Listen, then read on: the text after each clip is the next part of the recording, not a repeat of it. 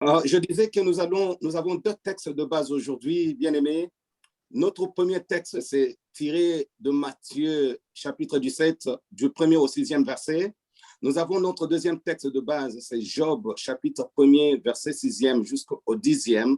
Voici les deux textes qui vont nous permettre d'être ensemble et de partager la pensée que l'Éternel nous a communiquée ce matin. Je disais que vous êtes tellement précieux et nous allons prendre nos Bibles pour lire. Nous commençons par le premier texte, Matthieu 17, chapitre 17, verset 1er jusqu'au 6e. Je vais lire dans le nom de notre Seigneur Jésus-Christ. 6 jours après, Jésus prit avec lui Pierre, Jacques et Jean son frère, et il les conduisit à l'écart sur une haute montagne. Il fut transfiguré devant eux. Son visage resplendit comme le soleil, et ses vêtements devinrent blancs comme la lumière. Et voici Moïse et lui leur apparurent, s'entretenant avec lui. Pierre, prenant la parole, dit à Jésus, « Seigneur, il est bon que nous soyons ici. Si tu le veux, je dresserai ici 3 tentes, une pour toi, une pour Moïse et une pour Élie. » Comme il parlait encore, une nuée lumineuse les couvrit. Et voici, une voix fit entendre de la nuée ces paroles. Celui-ci est mon fils bien-aimé, en qui j'ai mis toute mon affection. Écoutez-le. Lorsqu'ils entendirent cette voix, les disciples tombèrent sur leurs faces et furent saisis d'une grande frayeur. Nous allons prendre notre deuxième texte de base. J'avais dit que c'est dans Job, chapitre 1er, verset 6e jusqu'au 10e. La Bible dit ceci. « Or, les fils de Dieu vinrent un jour se présenter devant l'Éternel. Et Satan vint aussi au milieu d'eux.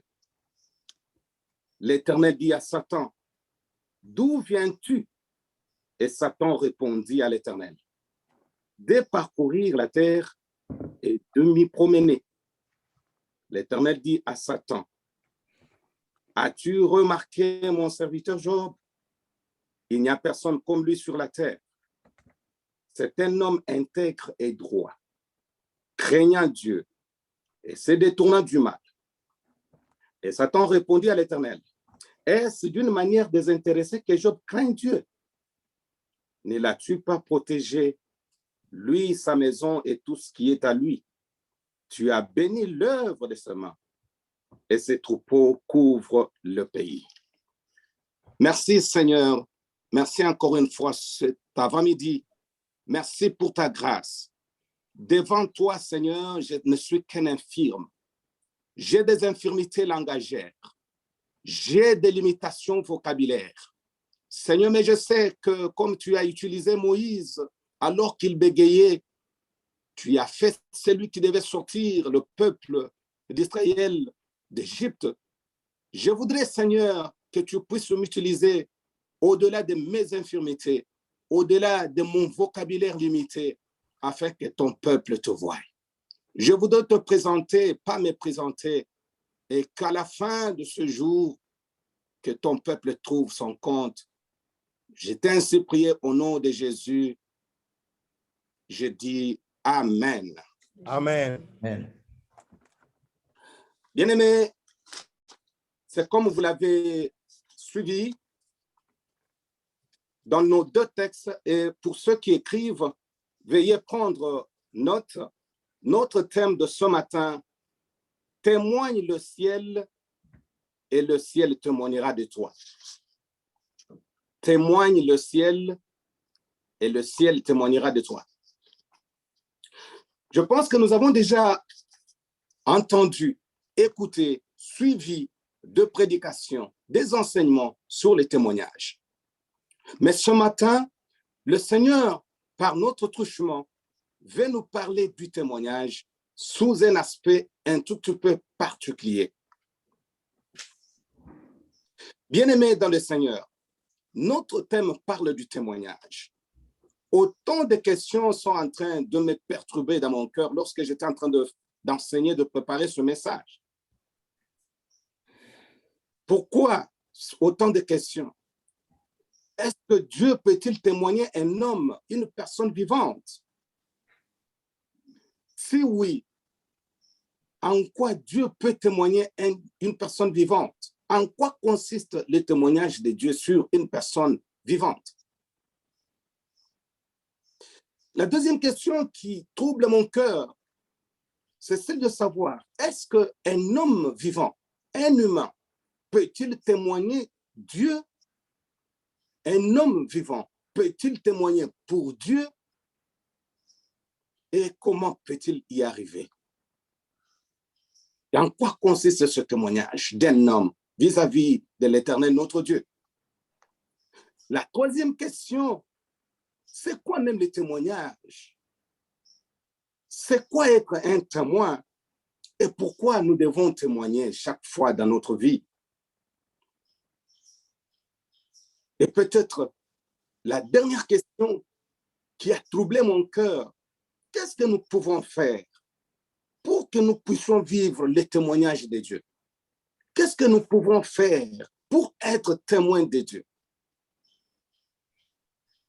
Voilà autant de questions qui m'ont poussé, bien-aimé, à ce que nous puissions parler ce matin. Et je sais que nous avons choisi la bonne part, la part de l'Éternel, la part qui vient du ciel, pour écouter pourquoi et comment, en quoi consiste le témoignage de Dieu, pourquoi nous devons témoigner. Ceci étant, nous allons d'abord commencer par la définition du mot témoignage.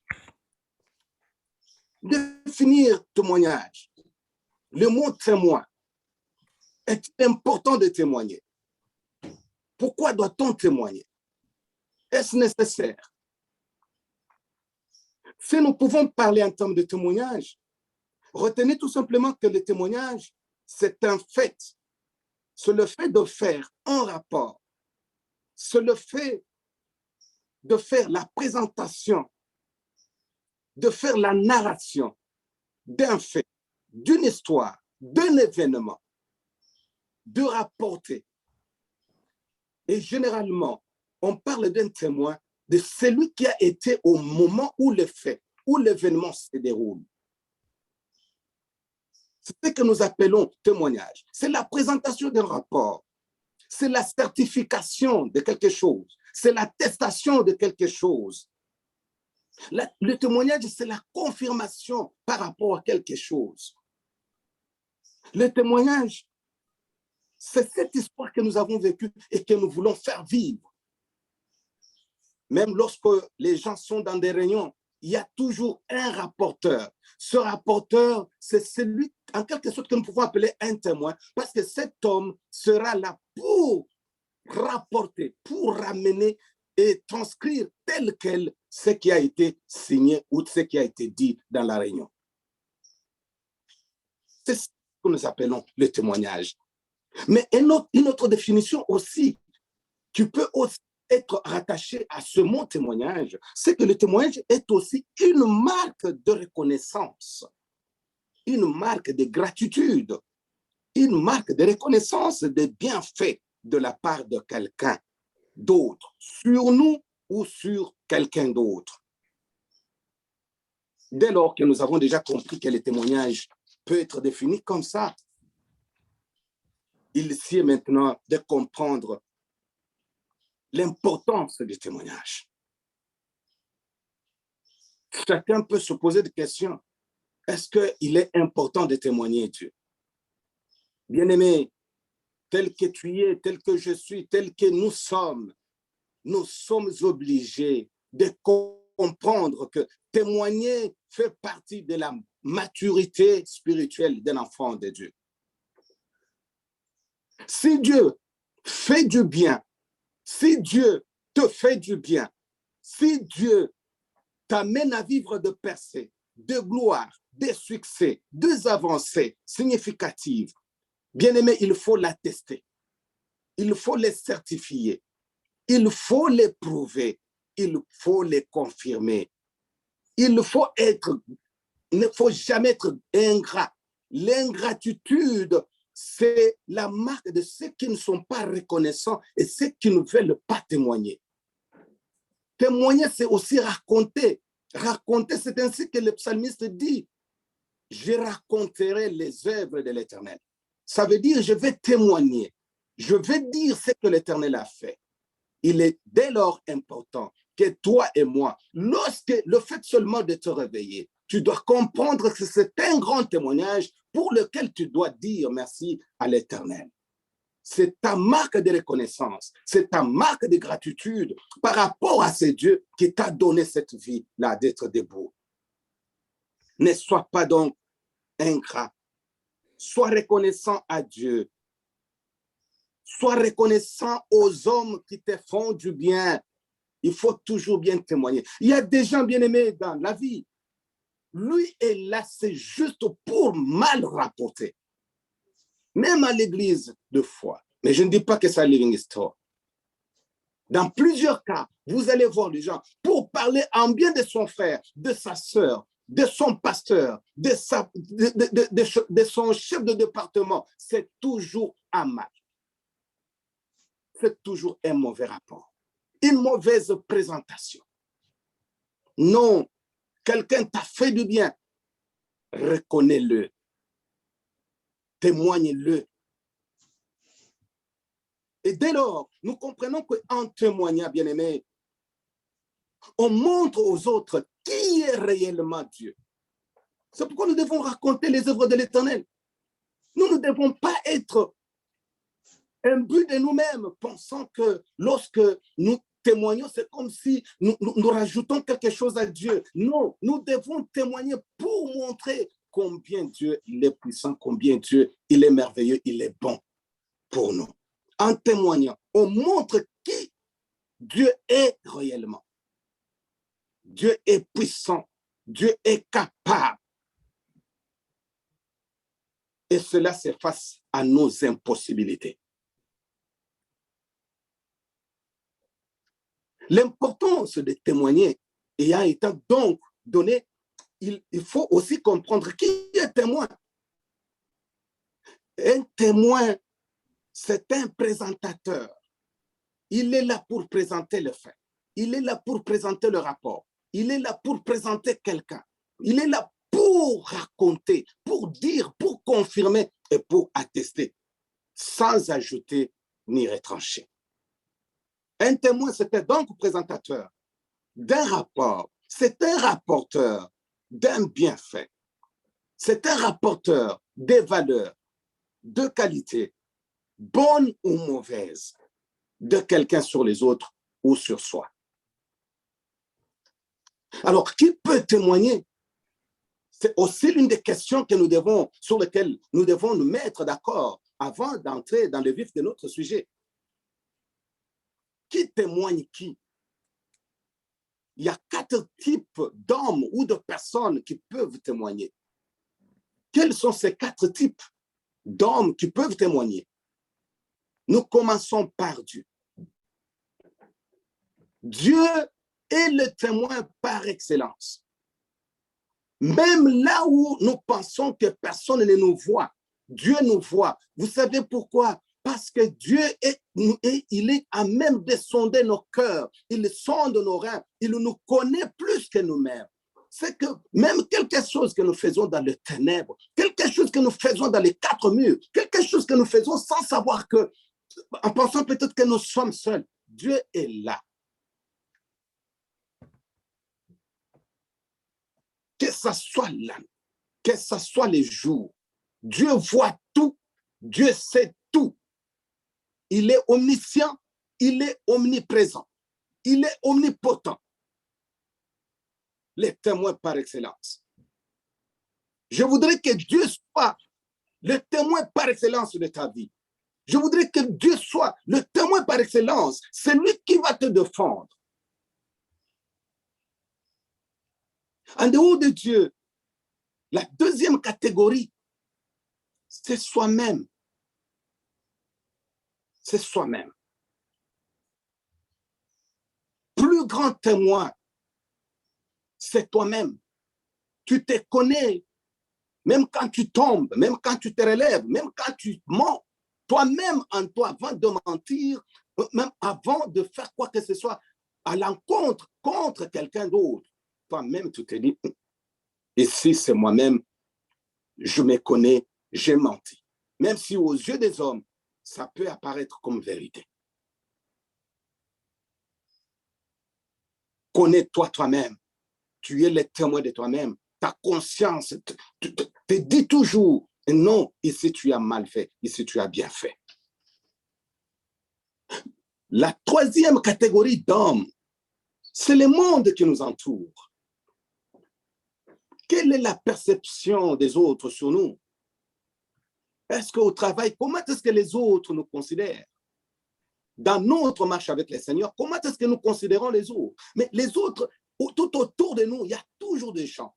C'est-à-dire, le témoignage doit être non seulement en privé, mais le témoignage, c'est aussi en public. Parce que les autres doivent rendre témoignage.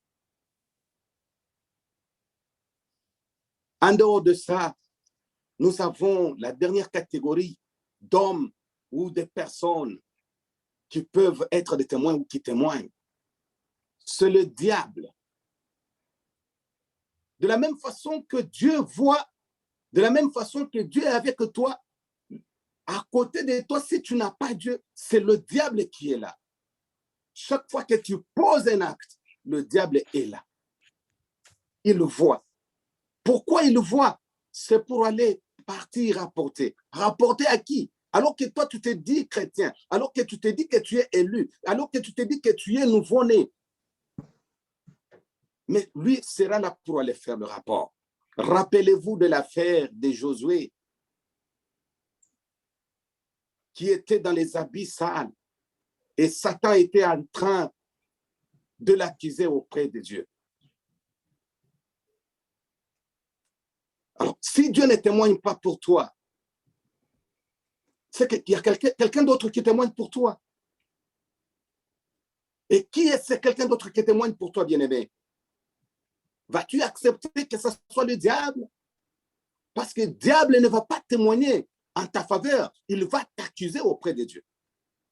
Et lorsque tu seras à genoux pour prier, lorsque tu seras en train de chercher la parole, en train de chercher la face de Dieu, comment est-ce que Dieu pourra parler? Et qu'est-ce que le diable pourra parler, donner comme rapport sur toi? Et c'est comme ça, bien-aimé. Je m'en vais alors donc me poser cette question. Et la même question, je la pose. Ce qui va nous faire introduire dans notre deuxième point.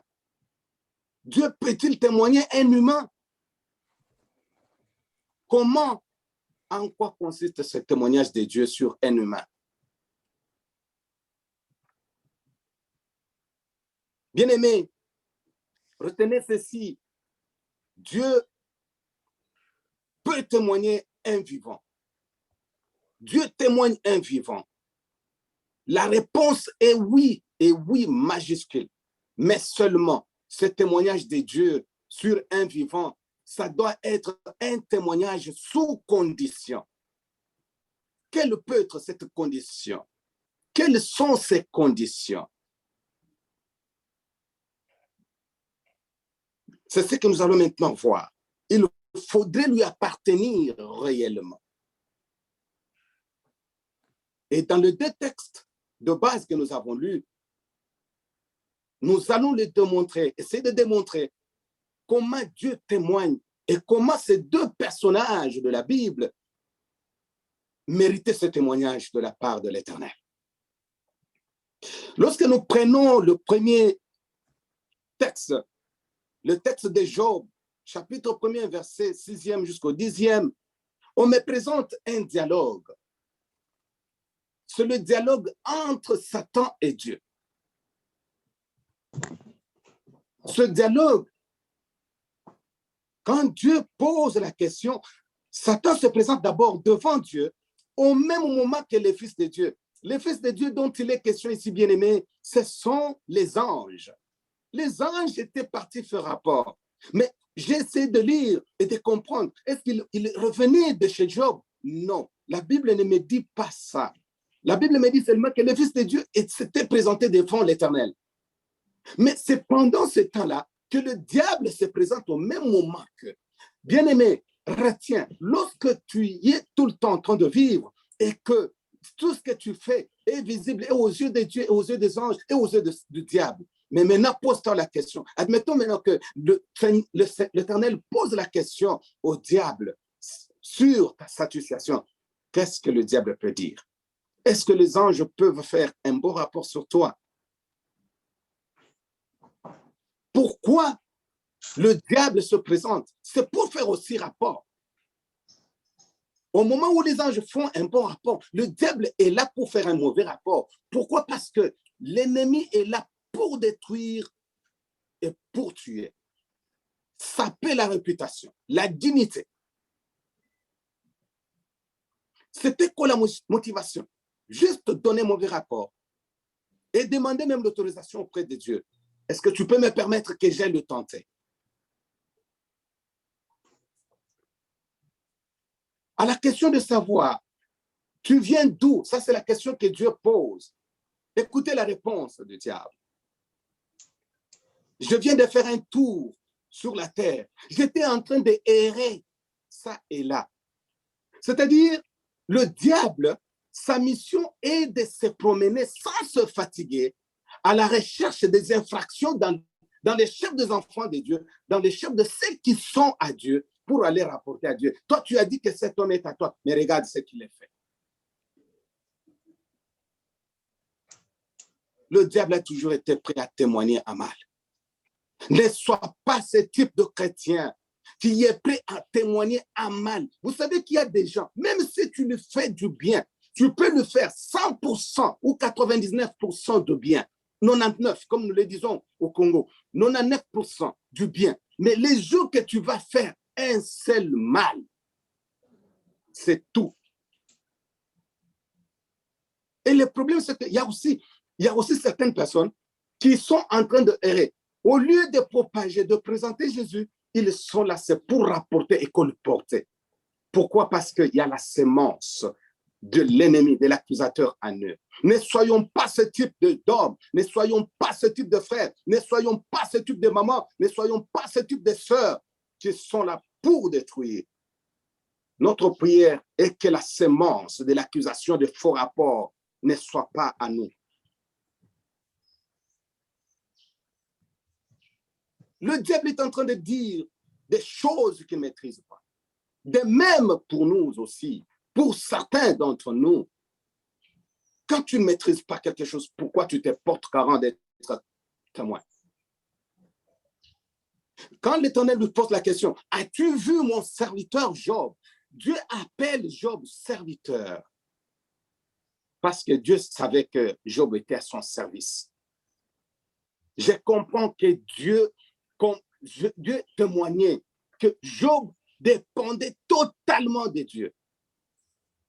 Dans la joie, alors que Job était riche, tout comme dans la douleur, et un peu même plus loin, Job a prouvé que Dieu n'avait pas tort de l'appeler serviteur.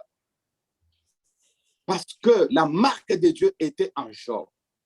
Parce que Job était l'œuvre. En lui, il y avait la sémence, il y avait les œuvres de Dieu. À partir de cette question, as-tu vu mon serviteur? Bien-aimé, il y a lieu de dire que Dieu commence à louer, commence à honorer, commence à vanter, commence à défendre et commence à témoigner Job. Le Dieu du ciel est capable de témoigner un vivant pourvu que nous puissions lui appartenir. Dieu a témoigné Job. Dieu a témoigné Job. Dieu a présenté Job. Dieu a élevé Job. Dieu a montré à Satan que même si je te donne l'autorisation d'aller, tu ne feras rien. Oui, Job était son serviteur. Job était à son service. Il était dépendant totalement à Dieu. Dans tout ce qu'il disait, dans tout ce qu'il faisait. Et ce qui me fait aussi du bien, c'est quand Dieu dit à Satan, c'est un homme sans pareil. sur terre. C'est-à-dire un homme unique, un homme pas comme les autres. Dieu veut que nous puissions être des hommes uniques, mais qui sont uniques par rapport au monde, mais uniques lui appartenant à lui et lui seul.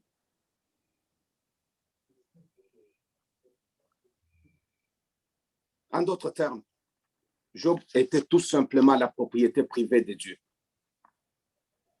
Les soucis de Dieu, que tu sois sa propriété privée.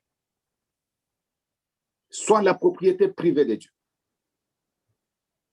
Même quand Satan demande l'autorisation à Dieu d'aller tenter Job et qu'il obtient cela, Dieu ne s'inquiète pas parce que Dieu, après avoir sondé le cœur et le rein de Job, après avoir éprouvé Job, Dieu confirme, Dieu rassure que Job ne peut jamais, alors jamais le renier. Job ne pourra pas le décevoir. Et c'est ce que Job a fait. Le témoignage de Dieu, il est plus grand. Le témoignage de Dieu, il est puissant. Le témoignage de Dieu, il a de vérité en lui. Mon frère, ma soeur, si c'était toi et moi, si nous étions dans la même position de Job et que Satan pouvait se présenter auprès du Père, quel rapport donnerait-il à notre Seigneur? Si jamais Dieu pouvait lui poser la question, as-tu vu mon serviteur tel? As-tu vu ma servante Ambroisine?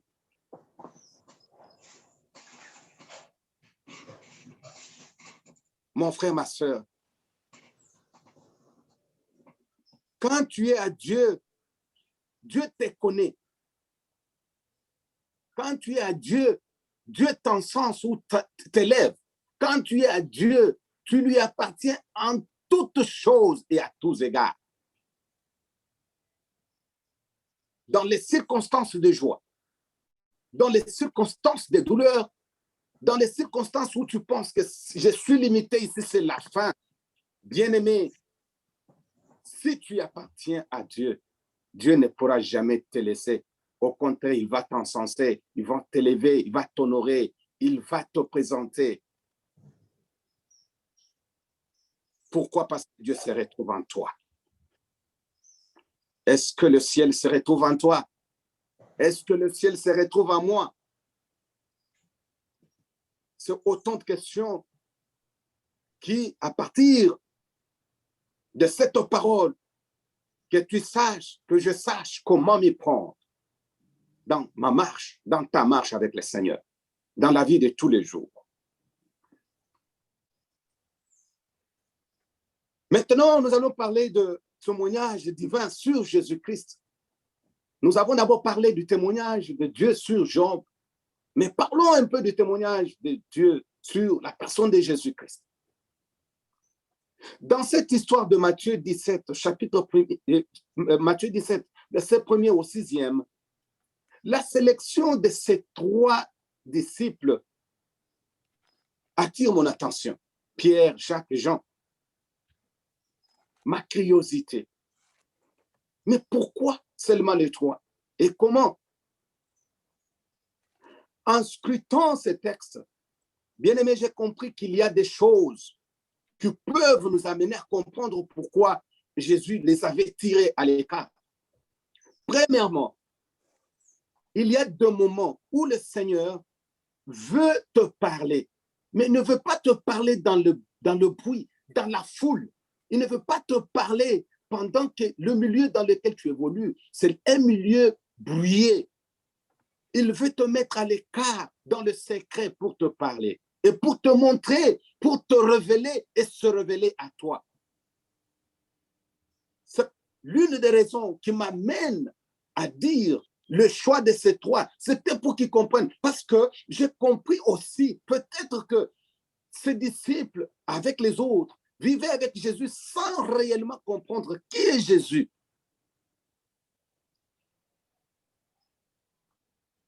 La deuxième raison était que le Seigneur a voulu se révéler sous une autre dimension.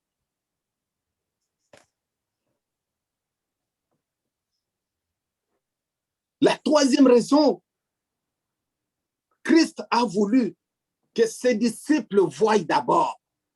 Apparemment, ils marchaient comme des myopes. comme des aveugles qui ne voyaient pas. Ils marchaient comme des malentendants, les gens qui ne comprennent pas. Il fallait qu'ils comprennent. Christ a voulu que ces gens découvrent cette autre dimension messianique en lui. Christ a voulu qu'il soit ce témoin.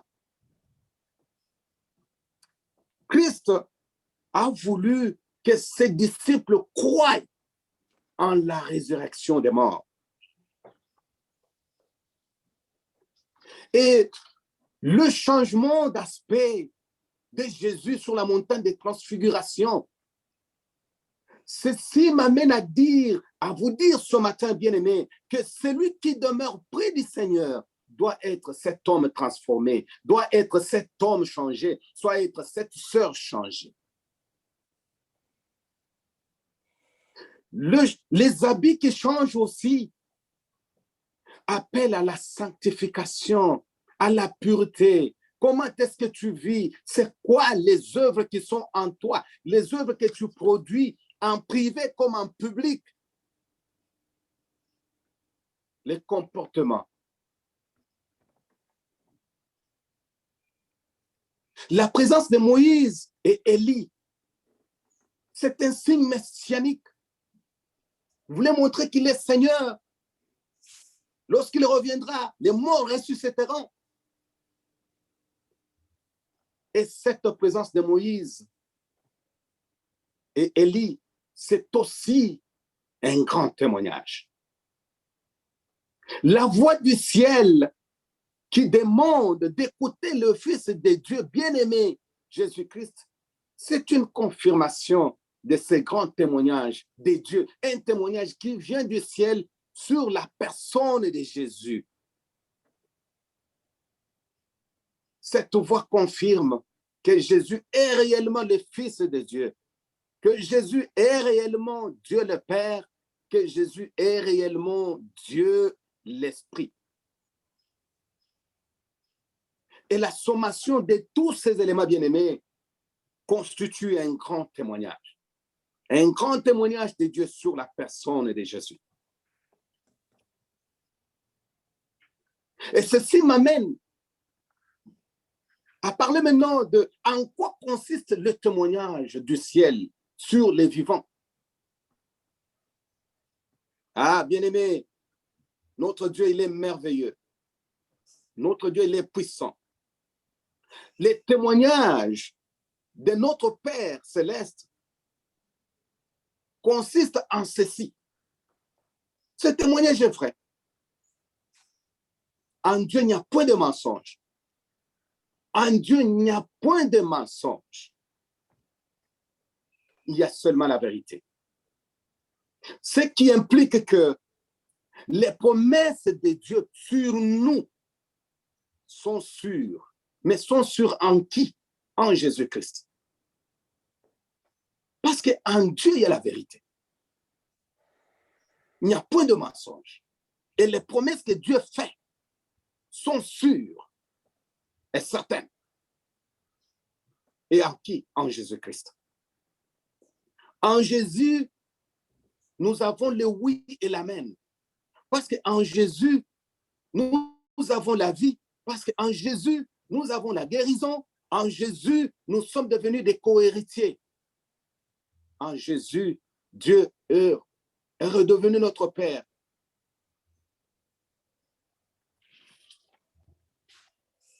Dieu rend témoignage quand il veut, à qui il veut, sans tenir compte des positions ou considérations des hommes.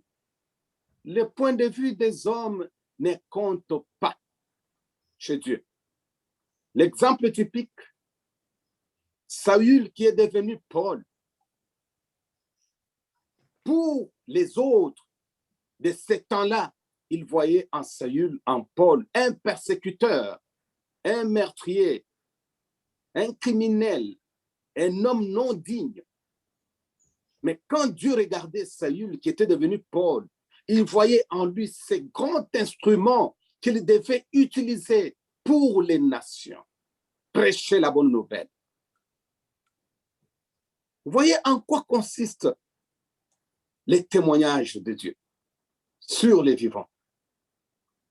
Et j'ai compris que quand Dieu prend, Jésus amène ses disciples à la montagne des transfigurations. Jésus est élevé. Le témoignage divin élève. Le témoignage divin honore. Le témoignage divin défend. Le témoignage divin justifie. Le témoignage divin glorifie. Le témoignage divin, il est sincère. Ce témoignage est grand. Il est valeureux. Cela se confirme dans le livre de 1 Jean chapitre 5. Si nous pouvons prendre nos Bibles, 1 Jean chapitre 5. Qu'est-ce que 1 Jean chapitre 5 nous dit? 1 Jean chapitre 5, versets 6 à 12. Voilà ce que la Bible dit dans 1 Jean chapitre 5, versets 6 à 12. C'est lui, Jésus-Christ, qui est venu avec de l'eau et du sang. Non avec le sang, non avec l'eau seulement, mais avec l'eau et avec le sang. Et c'est l'Esprit qui rend témoignage, parce que l'Esprit est la vérité. Car il y en a trois qui rendent témoignage. L'Esprit, l'eau et le sang. Et les trois sont d'accord. Si nous recevons les témoignages des hommes, le témoignage de Dieu est plus grand. Car le témoignage de Dieu consiste en ce qu'il a rendu témoignage à son Fils.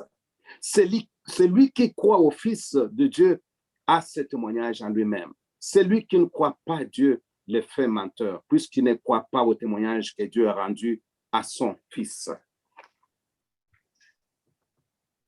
Voilà en quoi consiste le témoignage de Dieu. Il y a la présence de l'eau, il y a la présence du sang, il y a la présence du Saint-Esprit. Mais si nous prenons Luc chapitre 3, verset 21, lorsque Jésus prenait le baptême, alors que Jean-Baptiste avait déjà rendu témoignage de lui, voici l'agneau de Dieu qui ôte le péché du monde. C'était un grand témoignage. Mais à côté de ce témoignage de Jean-Baptiste, qui n'était pas n'importe quel prophète, mais il y a encore une voix qui sort du ciel. Celui-ci est mon fils bien-aimé. La voix peut-elle sortir du ciel pour témoigner que tu es fils ou fille de Dieu? L'eau a témoigné. L'eau, c'est la symbolique de bénédiction. Mais dans ce cadre, l'eau, c'est la symbolique de la pureté. L'eau, c'est la symbolique de la nouvelle naissance.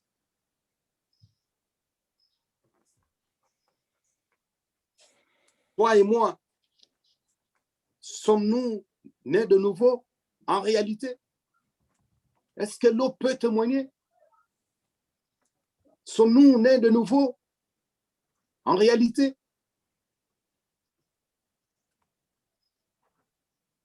Il y a le sang, la symbolique de l'œuvre de la croix. C'est à partir du sang que nous avons été sauvés. Mais cela demande le sacrifice. Es-tu prêt aussi à porter ta propre croix? Le sang témoigne. L'Esprit témoigne. Bien-aimé, quand vous prenez Jésus-Christ comme un homme, une personne vivante, il a témoigné son Père. Il dit, moi et mon Père, nous sommes un. Effectivement, chaque fois que Jésus ouvrait les yeux vers le ciel pour demander quelque chose, il disait, Père, glorifie-toi. Je sais que tu t'es toujours glorifié. Et le ciel s'ouvrait et le ciel exécutait. En conclusion sur ce point, retiens tout simplement que Dieu peut être témoin. Dieu est témoin de ce que nous faisons, même entre les quatre murs, dans les ténèbres, dans les noirs, lorsque nous estimons que personne ne nous voit. Soit de cette race de gens que Dieu peut témoigner.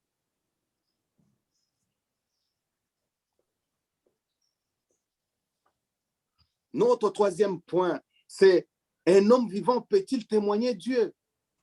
Est-ce qu'un homme vivant peut-il témoigner pour Dieu? Comment?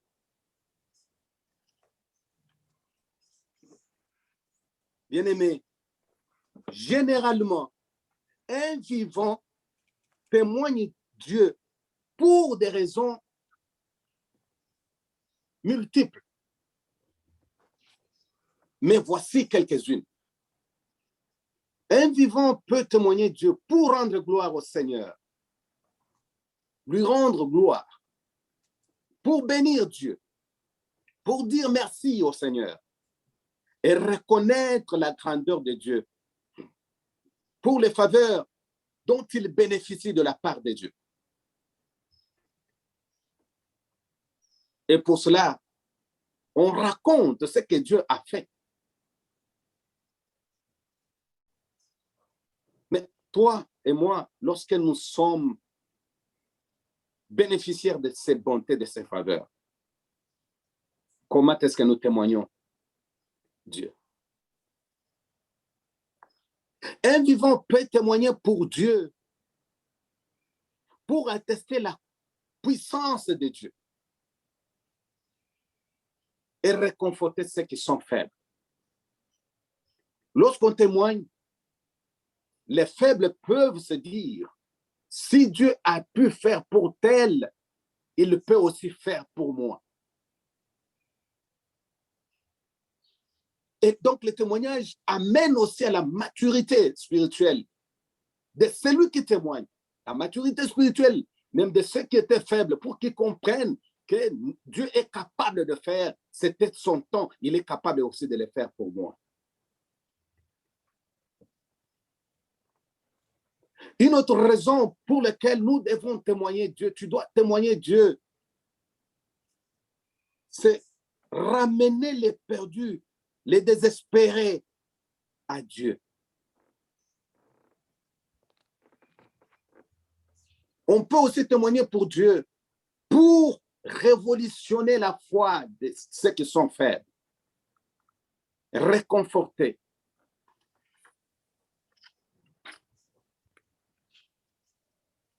Voilà pourquoi c'est entre autres quelques raisons qui font qu'un vivant puisse témoigner pour Dieu. Et ça, c'est déjà connu de tous. Mais la deuxième question qui venait, est-ce qu'un vivant peut-il témoigner Dieu? Si Dieu peut témoigner un vivant, mais est-ce qu'un vivant peut-il témoigner Dieu? Dès lors que Dieu est grand, dès lors que Dieu est puissant, dès lors que Dieu est merveilleux, mais est-ce que toi tu peux le témoigner? Si oui, comment on peut arriver à le témoigner? Comment un vivant peut-il témoigner Dieu?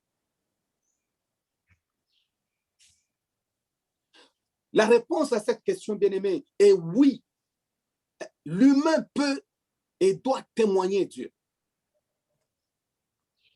Revenons à notre texte. De son vivant sur terre, en Matthieu 17, que nous avons lu, de son vivant sur terre, le Seigneur Jésus-Christ a rendu témoignage à son Père, à qui il est resté attaché jusqu'au sacrifice suprême. En d'autres termes, Jésus était en train de rendre témoignage. Il était en train de témoigner son Père. Il est resté attaché jusqu'au sacrifice suprême.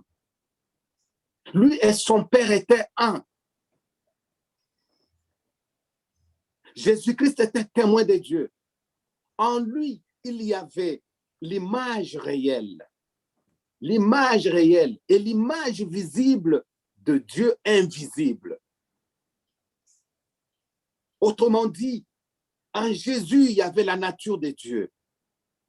Oh, Dieu est invisible, mais au travers de Jésus, nous savons voir Dieu.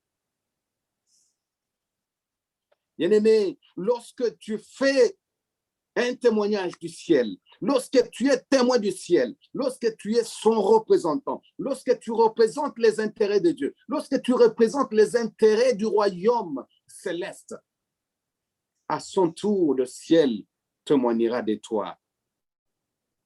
Et le témoignage du ciel est plus grand que celui des hommes. Une autre question, c'est que comment témoigner Dieu? Jésus a témoigné Dieu dans toutes les facettes, dans toute sa vie, dans son parler, dans son langage. Il faisait ce qui plaisait à son Père. Voilà l'attitude d'un homme que Dieu cherche pour que tu puisses témoigner. Sois comme Jésus, porte cette nature de Jésus. Comment témoigner Dieu? Notre texte de Matthieu 17, au 5e verset, dit ceci. Lorsqu'ils ont entendu la voix du ciel, la voix dit, celui-ci est mon fils bien-aimé, écoutez-le. Bien-aimé, laisse-moi vous dire que écouter quelqu'un, c'est être en communion. Être en communion, c'est être en communication. Tu ne peux pas parler avec moi si moi je parle dans un langage qui est difficile pour toi de comprendre. Et nous ne pouvons pas non plus parler dans un langage qui n'est pas approprié avec notre Dieu. La communication ne doit pas être brouillée. Les réseaux ne doivent pas être défectueux. Nous devons être connectés au réseau de Dieu. Nous devons être dans une disposition telle que nous comprenons que nous devons être en communion. Mais pour être en communion, nous devons écouter. Écouter quoi? Mais écouter la parole, bien sûr. Qu'est-ce que nous pouvons écouter de la part de Jésus si ce n'est que la parole? Et c'est comme ça que Pierre pouvait dire, Seigneur, à qui irions-nous? C'est toi qui as les paroles de la vie éternelle. Pour témoigner Dieu, l'humain ou l'homme vivant doit pratiquer la parole. La Bible dit ceci. Faire ce que le Fils dit, c'est pratiquer et vivre comme lui. Et la Bible enchaîne encore en disant, ne vous bornez pas seulement à écouter la parole, mais aussi et surtout à la pratiquer. Ceci demande un sacrifice, bien-aimé.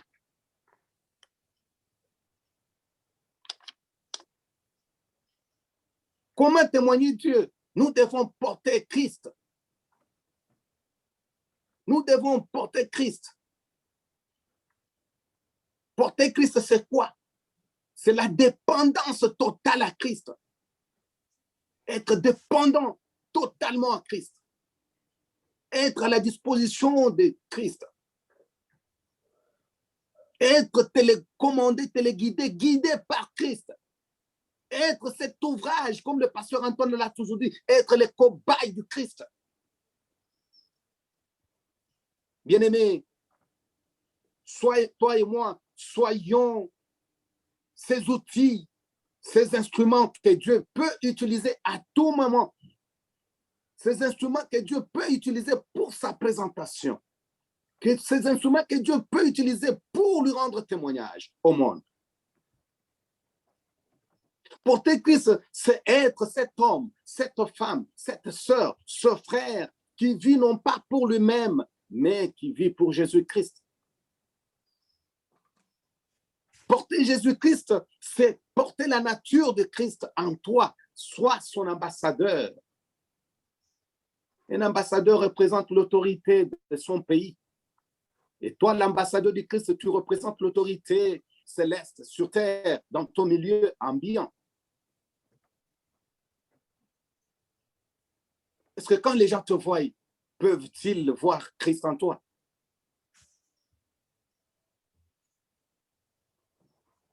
Témoigner Dieu par un vivant, c'est aussi ressembler à Christ.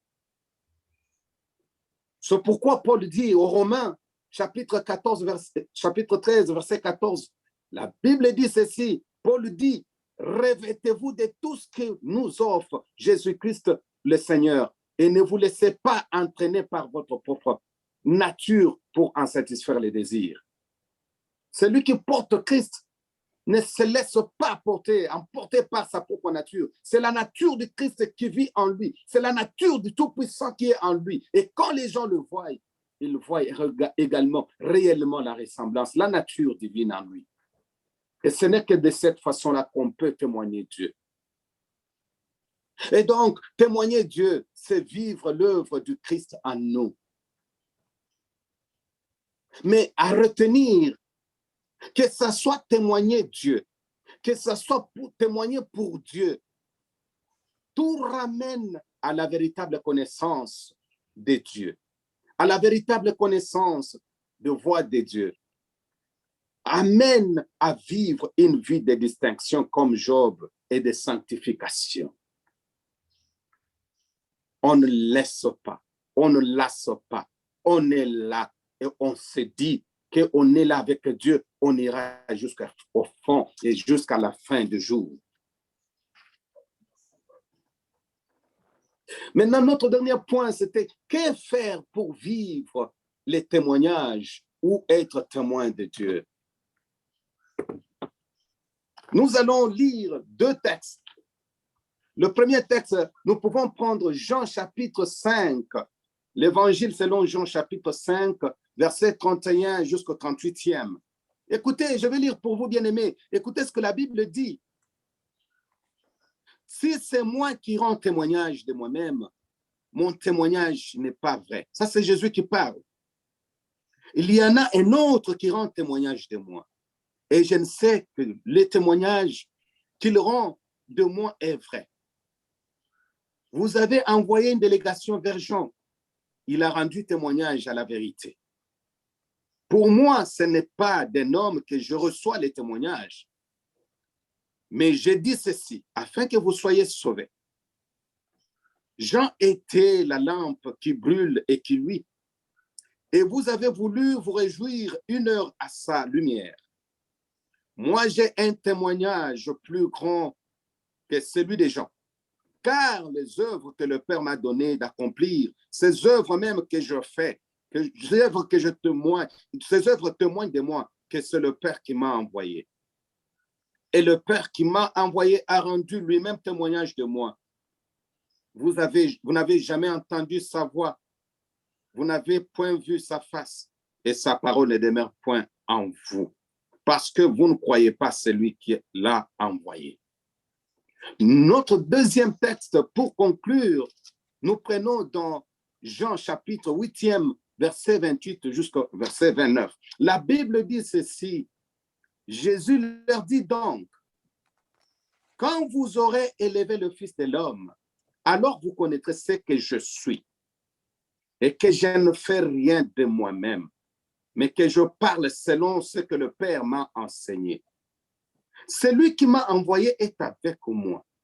Il ne m'a pas laissé seul, parce que je fais toujours ce qui lui est agréable. Bien-aimés, être de la lignée, Dieu veut que nous puissions, pour vivre les témoignages de Dieu et être témoins de Dieu, Dieu veut que nous soyons ces hommes et ces femmes de la lignée ou de la race des hommes connus de lui. Quand Dieu te connaît, les points de vue des hommes importent peu. Tu n'as même pas besoin des points de vue des hommes. Les hommes ont leur point de vue, mais leur point de vue ne veut pas dire nécessairement que c'est la vérité absolue. La vérité absolue se trouve chez Dieu. Et lorsque Dieu témoigne de toi, cela te suffit.